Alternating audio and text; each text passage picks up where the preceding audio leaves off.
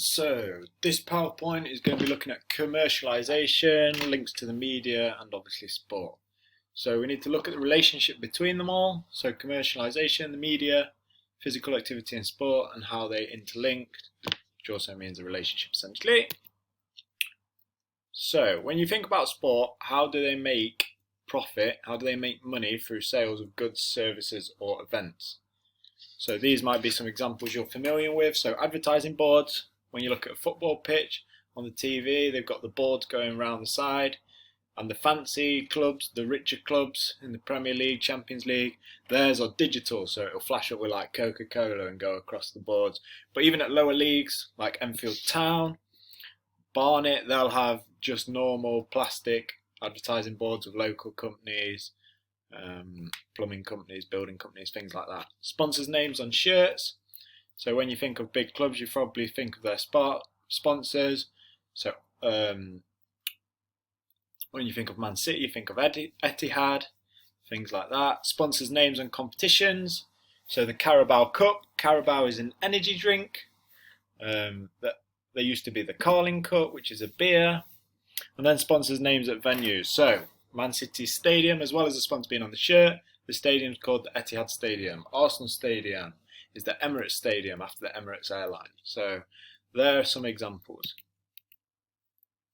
So there we go, we can see the sponsors on the football shirts there. Samsung, Etihad, Chevrolet, a car company, Fly Emirates, another airline, Emirates FA Cup, again the airline, Etihad Stadium like we've just discussed, Carabao Cup, Just Do It Nike, so that's a electronic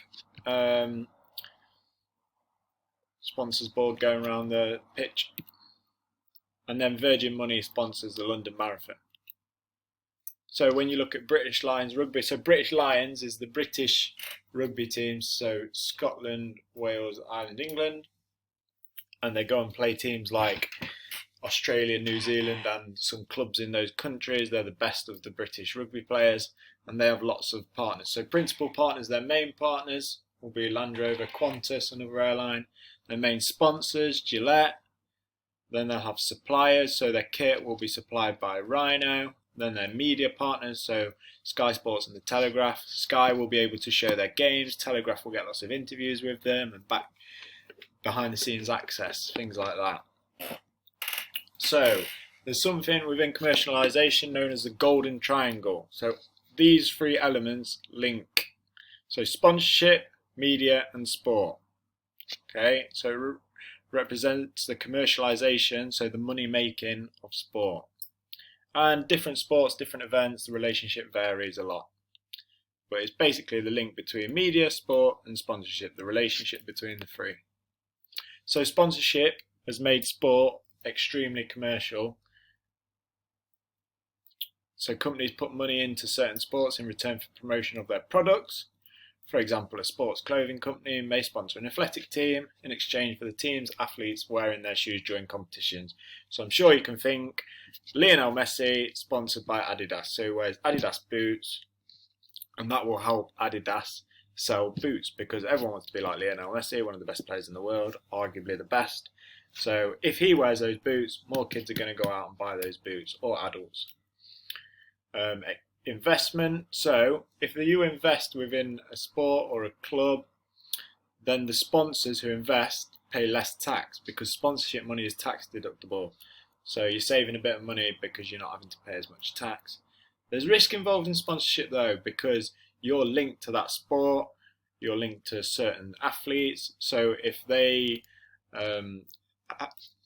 do anything bad in the public eye, they're in the news for any negative behaviour or scandal, then it can make their brand look bad. So Maria Sharapova is a very famous Russian tennis player, and she got caught with drugs in her system. So she was labelled as a drug cheat a few years ago, and it was huge in the news because she was one of the best, if not the best, female tennis player on the planet. And all her sponsors like Nike, Wilson, they all cut their sponsorship with her because they didn't want to be associated with a drugs cheat. But the risk there was that everyone knows who she was, everyone knows who the sponsors of her are.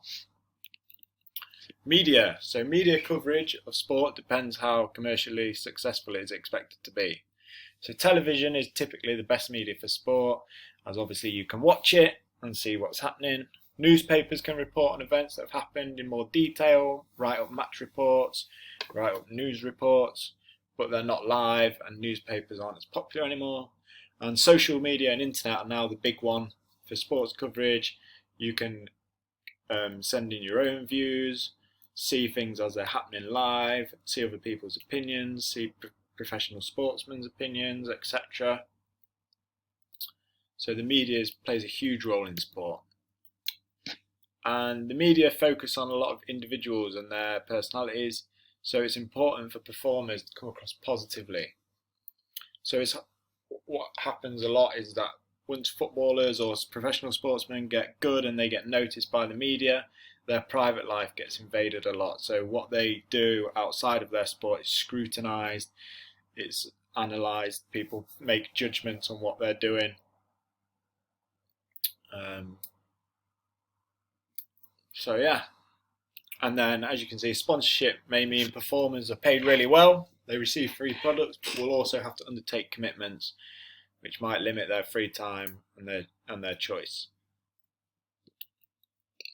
So if we look at these two examples and how the relationship between sponsorship, media and sport can be different. So the London 2012 Olympic Games.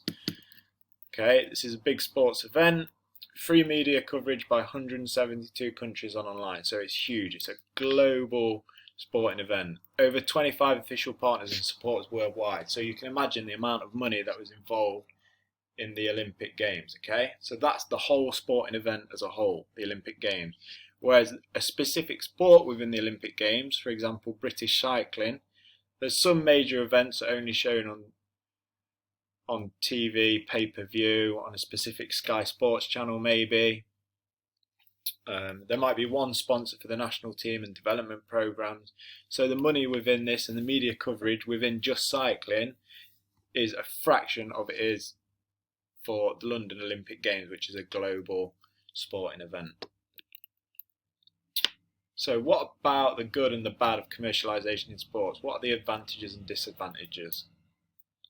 So it seems lots of sports now have lots of sponsorship and commercial value and venture. So lots of commercialisation within sports now.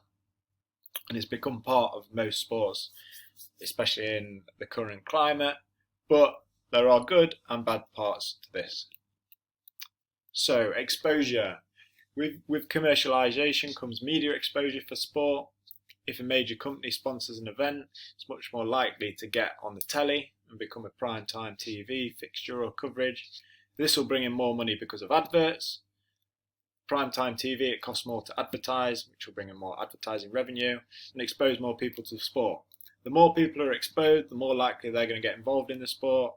So it'll bring in more fans, improve local sports clubs because they'll make more money with more fans, more people getting involved.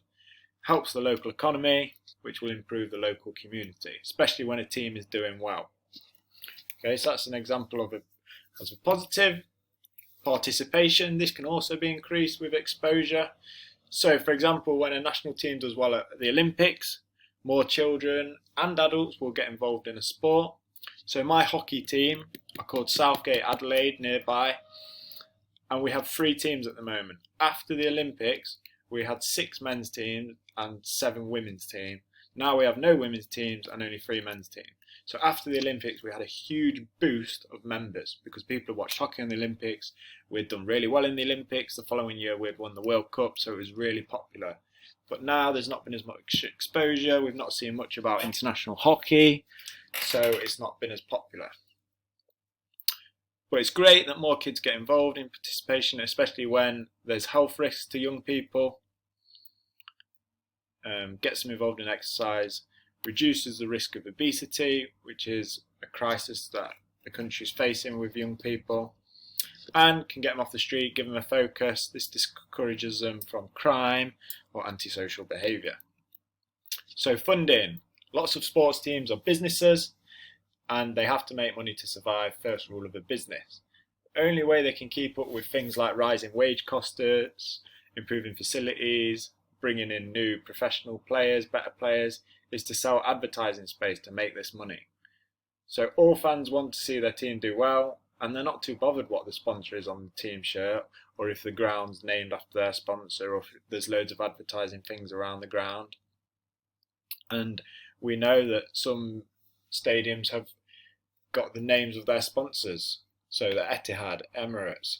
When Derby County, my team, best team in the world, when Derby County were taken over, their sponsors became iPro, which is an energy drink, and our stadium got changed from Pride Park, which was the name the club had chosen, to the iPro Stadium. Okay, so that was all just because of money. Fan costs. One of the main problems, though, with commercialization and more money within sport means prices go up, and this is obviously not great if you're a fan. Tickets prices, refreshments, team shirt prices, they've all gone up. So if you want to buy a Man United shirt the first week it comes out at the start of the season, you're probably paying around £100. If you want to go and watch a game, the ticket for Arsenal might be £60, but to even buy a ticket you might need to be a home member, which might cost £50. So for one ticket you might have to pay £110. So it gets more and more expensive. And player distraction. Some people believe that it undermines the sport and players aren't as motivated and interested, especially within international sports. So England football players are more concerned about the Premier League because of the wages in the Premier League as they are for international football. And then advertisement is the huge crucial thing we've spoke about in making money. So watching at home, I get really wound up when the adverts come on ITV. If there's football on ITV and the adverts come on, or on Sky or BT, especially when it interrupts the pundits before the game or after the game. But football is not actually that bad. In America, in American football, they have ads running across the screen constantly on the bottom. Every time there's a little break in play, which is a lot of the time in American football, they'll show an advert for like a 4x4, a truck, some new cereal. But these adverts are really short, like 5 seconds, maybe 10 seconds.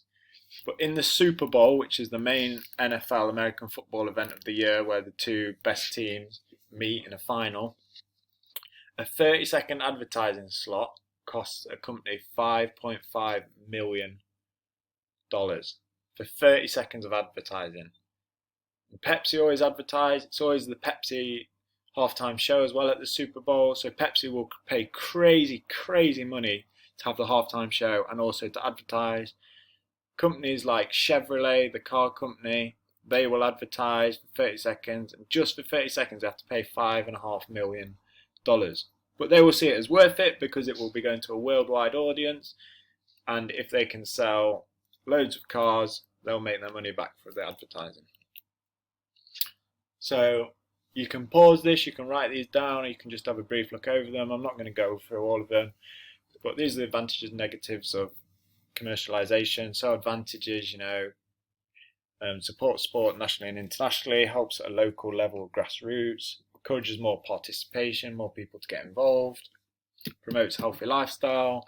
However, disadvantages include expensive for fans to watch events, advertising, sponsors and individuals may fall out and clash. Sponsors can be given sort of a bad name if one of their athletes does something negative. So if you want to write these down, you can pause it and have a look.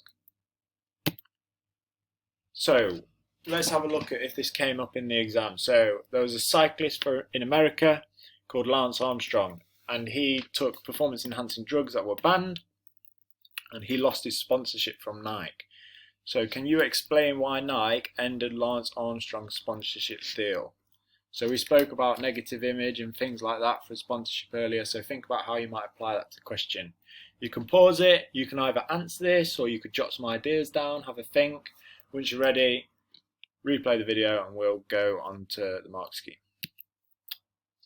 So, 4 marks for linked response with reasons for Nike withdrawing sponsorship. So when they first sponsored Armstrong, it was due to being a successful athlete, being a role model, and his link to being an excellent cyclist, essentially. So that was what they originally sponsored him for. Sorry about that, the video cuts out after so long. So the 4 marks you can get, as we've said, Nike originally sponsored Armstrong due to his high profile, being a role model, being excellent in his sport, so representing excellence. If an athlete is discredited, they cheat or banned from their sport, this displays deviant behaviour, which creates adverse publicity and reflects negatively on the company. It's bad publicity for the brand or sponsor, it can ruin their reputation, and they don't want to be seen to be supporting any of this deviant behaviour. And because of this, it's going to affect their sales, affect their product and reputation. So that's how you're going to get your 4 marks. Talk about the fact that Armstrong was sponsored because of his being such a good cyclist, being a role model, being excellent. When an athlete cheats, they create adverse publicity, reflects negatively on the company. That can affect their sales, reputation, and how they're viewed as a corporation, basically. So here's some of the questions. You can pause it, have a go at them, and then replay the video. We'll go through the answers. So we'll look at the answers now. So commercialization is selling an event, product or service for profit. It's all about making money. Identify the missing part of the golden triangle. Hopefully you can remember this. It's sport, and state 2 ways sport can attract funding. So one way is through sponsorship by selling the right to televise an event.